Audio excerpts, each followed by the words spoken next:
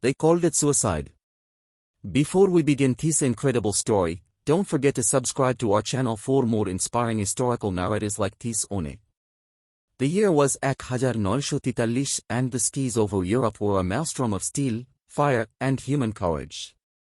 For Captain Marcus Stone, a young man from the segregated South, the war was not just against the Axis powers, it was also against the entrenched prejudice that sought to ground him before he ever left the tarmac.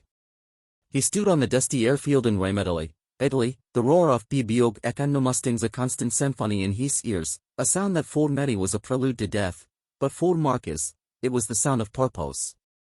Marcus was one of the pioneering members of the Tinschobottrischen fighter group, the legendary Tuskegee Airmen. From the moment it first expressed his desire to fly, it had been met with a wall of skepticism, thinly veiled contempt, and outright hostility. "Colored boys can't fly," was the common refrain, echoing from the halls of Congress to the mess tents of the Army Air Forces. They sighed black pilots lacked the intelligence, the courage, the innate ability to handle the complex machinery of war. They called it a social experiment, a waste of resources, and for many, sending these men into combat was nothing short of suicide. But Marcus carried something deeper than the doubts of men. He carried a faith forged in the fires of adversity, a quiet conviction that resonated with the unseen words of Psalm 119, "He who dwells in the shelter of the Most High will rest in the shadow of the Almighty. I will say of the Lord, He is my refuge and my fortress, my God, in whom I trust." These verses were etched not just in his memory, but in the very fiber of his being. His grandmother, a woman of unshakable faith, had pressed a worn, leather-bound Bible into his hands before he left Fort Tuskegee, pointing to that very psalm. "Marcus," she had sighed, "here is wise and knowing, you go out there and you fly. But remember, the Lord is your shield and buckler. No evil shall befall you, nor shall any plague come near your dwelling." His journey to Rome, Italy had been a crucible. The rigorous training at Tuskegee Army Airfield was designed to be tougher than 4 white cadets, a deliberate attempt to weed out those deemed unfit. But Marcus, with his sharp mind and even sharper reflexes, excelled. He mastered the PBOG Julius Warhawk, then the PBOG Julius Airacobra, and finally the sleek, powerful PBOG Econo Mustang, the aircraft that would become synonymous with the Tuskegee Airmen. Each flight was a defiance, each successful landing a small victory against the tide of prejudice. Upon arrival in Italy, the reception was no warmer. White commanding officers, many of whom had never seen a black pilot, viewed them with a mixture of suspicion and outright disdain. Colonel Harrison, a grizzled veteran with a perpetually sore expression, made his feelings clear during their first briefing. "Listen up, gentlemen," he barked, his gaze sweeping over the rows of black faces, lingering a moment too long on Marcus. "You're here to do a job. Don't expect any special treatment. And don't expect us to hold your hand. This isn't a training exercise. This is war. And frankly," he paused, his voice dropping to a sneer, "we've got enough problems without having to worry about you people." Marcus felt the sting of the words, but he refused to let them penetrate his resolve. He looked around at his fellow pilots, men like Benjamin Odebezier, the group's commander, a man of quiet dignity and immense capability, and his wingman, Lieutenant Tomasz "Tommy" Jefferson, a boisterous, quick-witted pilot from Chicago who always had a joke ready, even in the grimmest situations. They were all there, bound by a common purpose and a shared burden. Tommy, sensing Marcus' internal struggle, nudged him. "Don't mind the old buzzard, Captain," he whispered, a wry smile playing on his lips. "He just ain't seen what we can do yet. Give them time. They'll be eating their words, mark my words." Marcus nodded, a faint smile touching his lips. Tommy was right. Words were just words. Actions, however, spoke louder than any prejudice. He remembered another line from Psalm 119, "You will not fear the terror of night, nor the arrow that flees by day, nor the pestilence that stalks in the darkness, nor the plague that destroys at midday." He wasn't just fighting for his country, he was fighting for the right to be seen, to be respected, to prove that courage and skill knew no color. Their first missions were escort duties, protecting lumbering BBOG Shotero and BBOG Jugbish bombers on their perilous journeys deep into enemy territory. The stakes were astronomically high. A single German fighter could decimate a bomber formation, and the loss of a bomber meant the loss of 10 American lives. The Tuskegee Airmen were assigned some of the most dangerous routes, often flying outdated P-Biog against superior German Mi-Biog and Fo-Biog. The white bomber crews, initially skeptical, would often radio and tweet thinly veiled insults, questioning their ability to protect them. On a particularly brutal mission saw Marcus and his squadron escorting a formation of B-Biog over the Plosti oil fields in Romania, a heavily defended target. Flak burst around them like angry black flowers, and German fighters swarmed the bombers. Marcus, flying his P-Biog with a precision that belied his relative inexperience in combat, weaved through the chairs. He saw a Messerschmitt Action I landing up on a crippled B-Biog, its engine smoking. Without hesitation, Marcus broke formation, diving into the fray. The Mi-Biog Action I pilot, confident in his superior aircraft and the perceived incompetence of his opponent, was caught off guard. Marcus' guns blazed, stitching a line of fire across the German fighter's fuselage. It exploded in a ball of flame, spiraling down to the earth. He rejoined the formation, his heart pounding, but a quiet satisfaction settling within him. The B-Biog, though damaged, continued its journey. Later, a radio message crackled through his headset, not of thanks, but of grudging acknowledgement. Red Tails, the bomber pilot's voice sighed, a hint of surprise in his tone, "You boys actually know how to fly." It wasn't much, but it was a start. Back on the ground, Colonel Horizon remained unimpressed. "When a kill doesn't make a pilot stone," he'd grumbled, reviewing the mission reports. "Let's see if you can keep it up." But Marcus knew he would. He had to. For himself, for his family, for every black man and woman who dreamed of a better future. He would fly and he would survive, not just through skill, but through the unwavering belief that he was indeed dwelling in the shelter of the Most High. The war was long, the odds were stacked, but Marcus Stone was ready. He was ready to prove them all wrong. The first actual missions. If you're inspired by Marcus' determination, please like this video to show your support for these untold stories. The initial skepticism from Colonel Horizon and many of the white bomber crew slowly began to erode, replaced by a grudging respect, then genuine admiration, as Captain Marcus Stone and the Tuskegee Airmen racked up mission after mission. The Red Tails, as they became known for the distinctive crimson paint on their aircraft tails, developed a reputation for never losing a bomber to enemy fighters. While other escort groups often broke formation to chase German planes, the Tuskegee Airmen stuck to their primary directive: protect the bombers at all costs. This discipline, combined with Marcus' exceptional flying skills, began to turn the tide of opinion. Marcus' first action missions were a blur of adrenaline, fear, and unwavering focus. He flew over the industrial heartlands of Germany, the rugged mountains of Austria, and the sun-baked deserts of North Africa. Each flight was a dance with death, all of nerve and skill. He saw friends fall, their planes spiraling into the earth, leaving behind only a plume of smoke and a gaping hole in the formation. Yet through it all, Marcus remained untouched. When a particularly harrowing mission involved a deep penetration raid on Berlin. The skies were thick with German fighters, and the flak was so intense it felt like flying through a hailstorm of steel. Marcus, leading a flight of 4 P-Biog, was assigned to protect a squadron of B-Biog. Suddenly, a swarm of Focke-Wulf Action boys, their radial engines roaring, descended upon the bombers. Marcus immediately engaged, his P-Biog a blur of motion.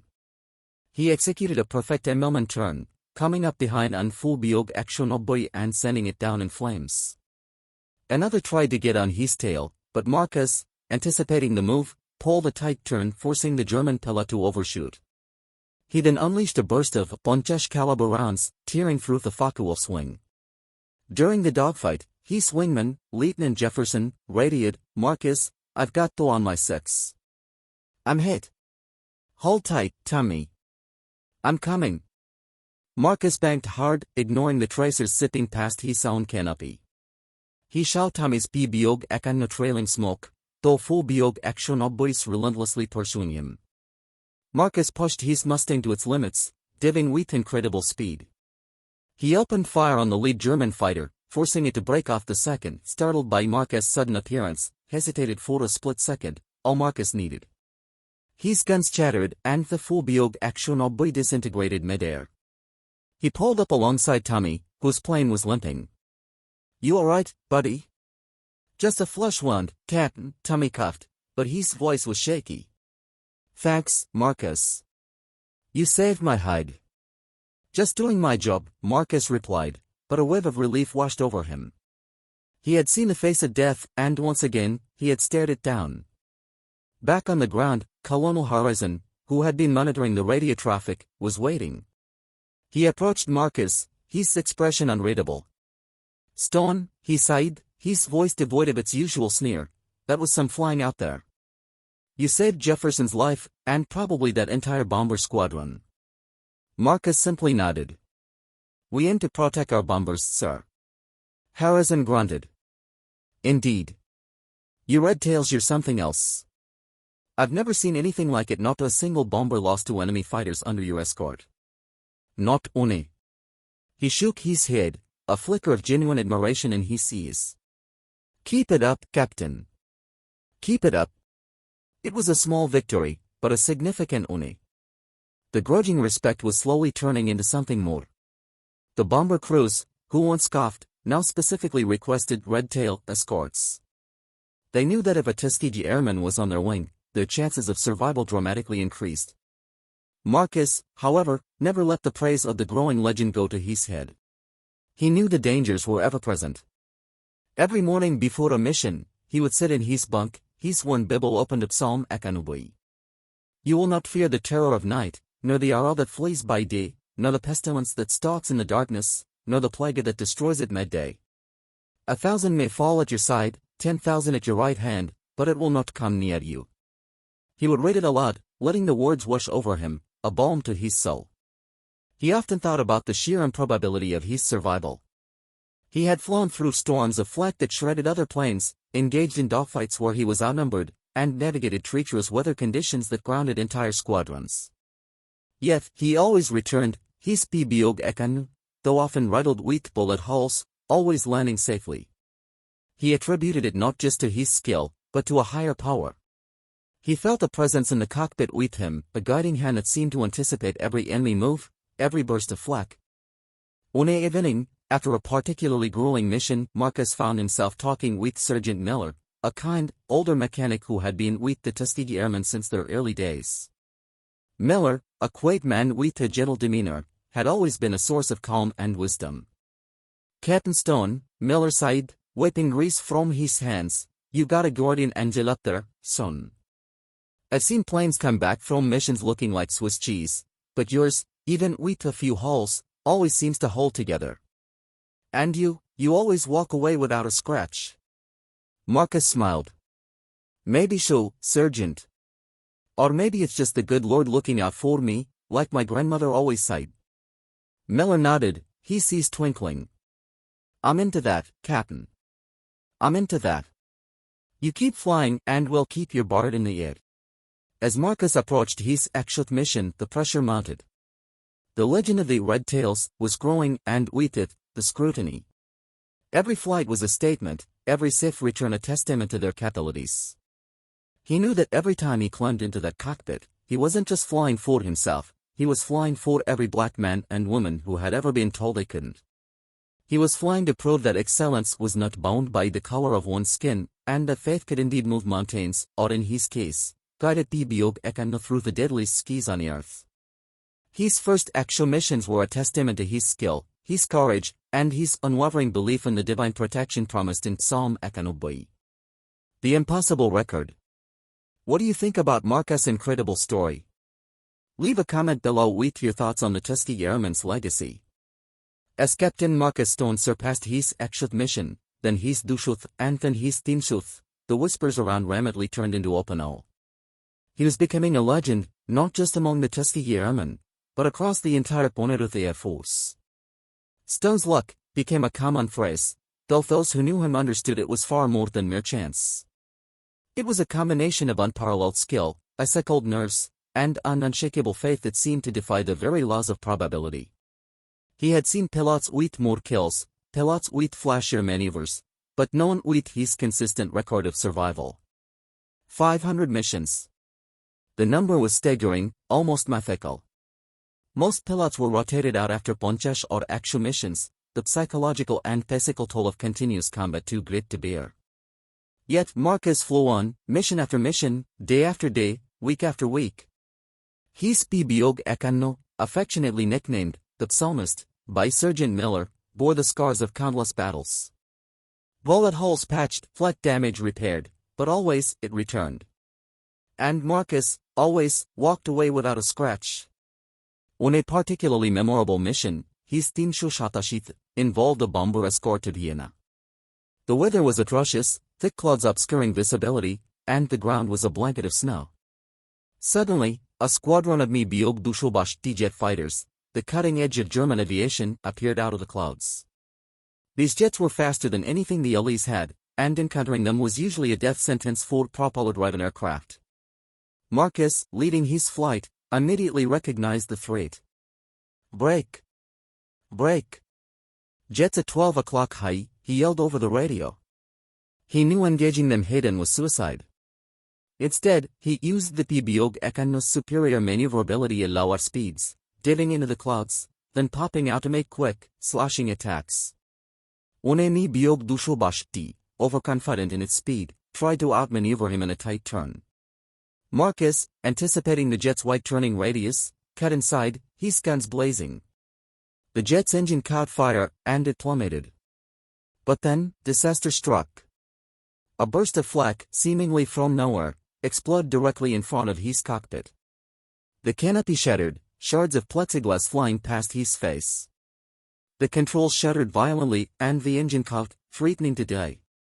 For a split second, Marcus felt a cold dread grip him. This was the one.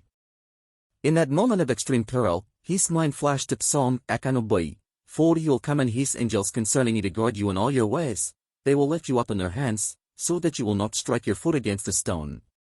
He closed his eyes for a fraction of a second, a silent prayer escaping his lips. When he opened them, a calm, almost supernatural focus settled over him. He fought the controls, wrestling the Psalmist back from the brink. The engine sputtered back to life, albeit roughly. With a shattered canopy and a damaged engine, he was a sitting duck. But he wasn't alone. Tommy Jefferson, seeing Marcus' predicament, immediately positioned himself as a shield, flying tight formation, daring any German fighter to approach. Together, they limped back towards friendly lines, Marcus nursing his damaged plane, Tommy guarding his sits. When they landed, the ground crew rushed to the Psalmist. The damage was extensive. A large piece of flak had torn through the engine cowling, narrowly missing critical components. Another had pierced the fuselage just inches from Marcus' seat. Yet, he was unharmed, not even a scratch from the shattered canopy.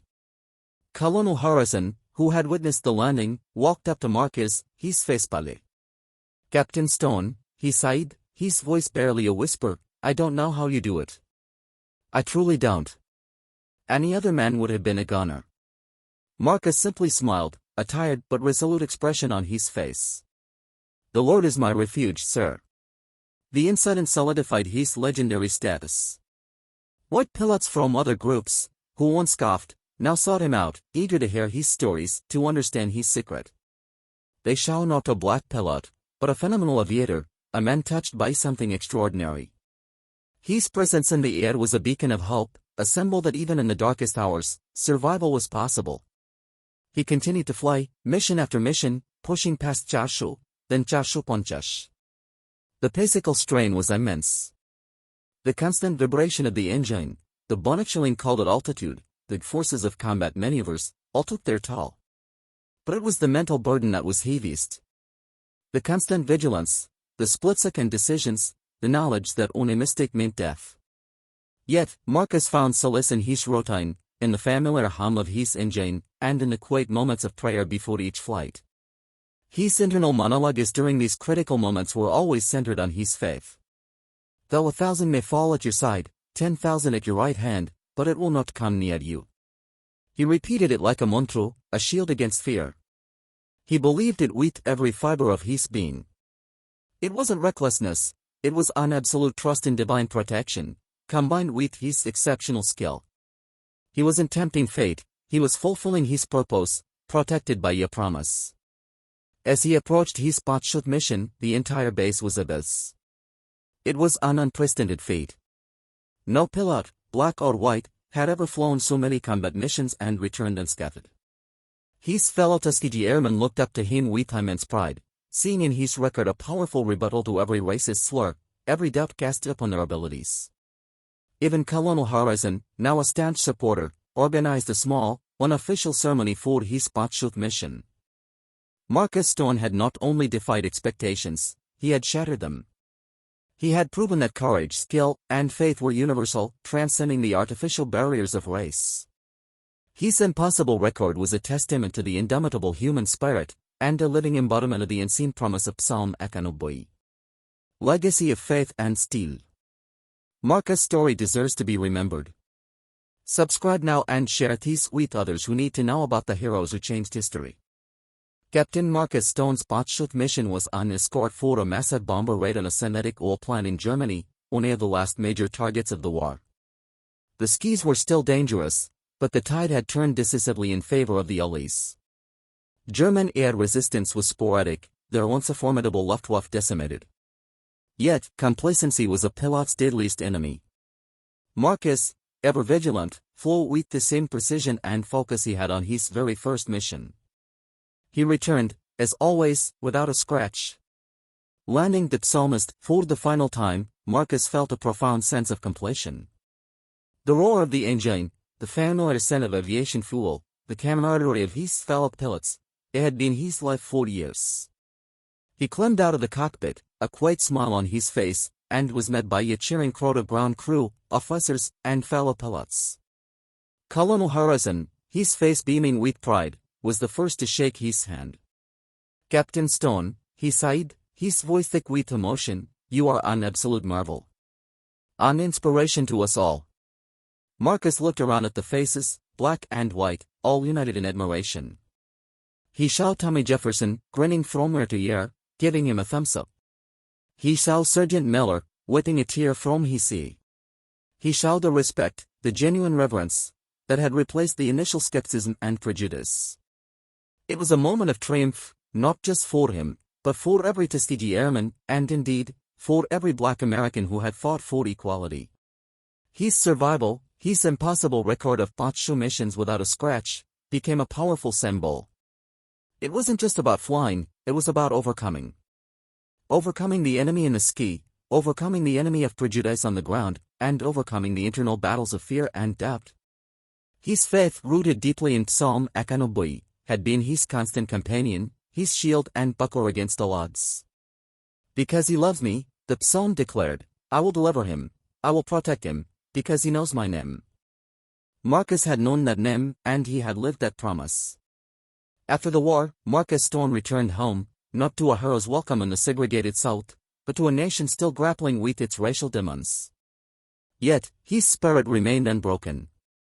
He carried the lessons of the ski with him: discipline, courage, perseverance, and the unwavering belief in one's own worth, regardless of what others might say. He became an advocate for civil rights, using his quiet dignity and incredible story to inspire change. He often spoke of his wartime experiences, not to boast, but to illustrate the power of faith and the potential of every individual. He would tell audiences, "They told us we couldn't fly. They told us we would die first. But we flew, and we fought, and we proved them wrong.